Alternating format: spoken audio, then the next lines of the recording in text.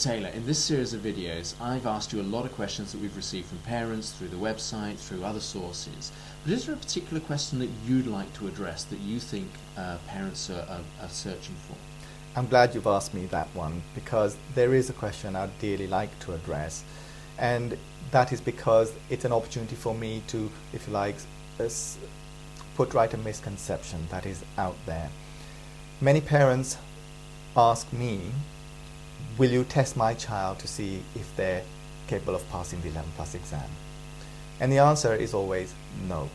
And it's not because I can't give them a test, but because a test won't answer that question. And many parents believe that it will, especially if that test is given a year or so before the 11+ exam. Whether the child will pass the 11+ exam or not when the time comes depends on a number of factors. One of them is their foundation in numeracy and literacy. They need to have a good foundation in numeracy and literacy in order to do well in 11+. That's the first thing. Secondly, they need a certain degree of ability to reason, which is largely innate.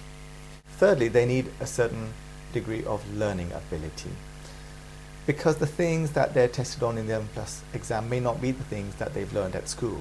So they're going to have to learn something quite new to them, and the learning ability will be required for that. Another thing is motivation. Many children miss out on going to a grammar school because although they had all the makings, they lacked motivation, and therefore they didn't put in sufficient effort for long enough to get through the exam. So motivation is a must. And lastly, they must perform well on the day of the actual exam. Now, most of these things will not be measured in a test. Probably the foundation, the level of numeracy and literacy, is the only one that really lends itself to being measured in an assessment, and that on its own is a poor predictor of success at 11+.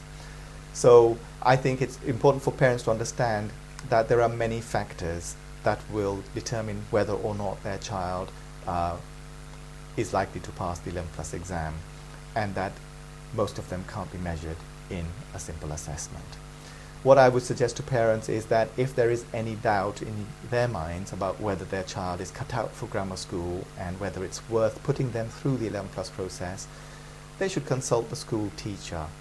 Probably the school teacher from last year, unless the current school teacher has already had several months of teaching their child. But somebody who has taught a child for a time will be in a much better position to gauge their potential for grammar school. And if you'd like to find out more about the courses available, or just have some questions about the 11+, then give Sir Taylor or one of his colleagues a call on the number provided through the Contact Us button.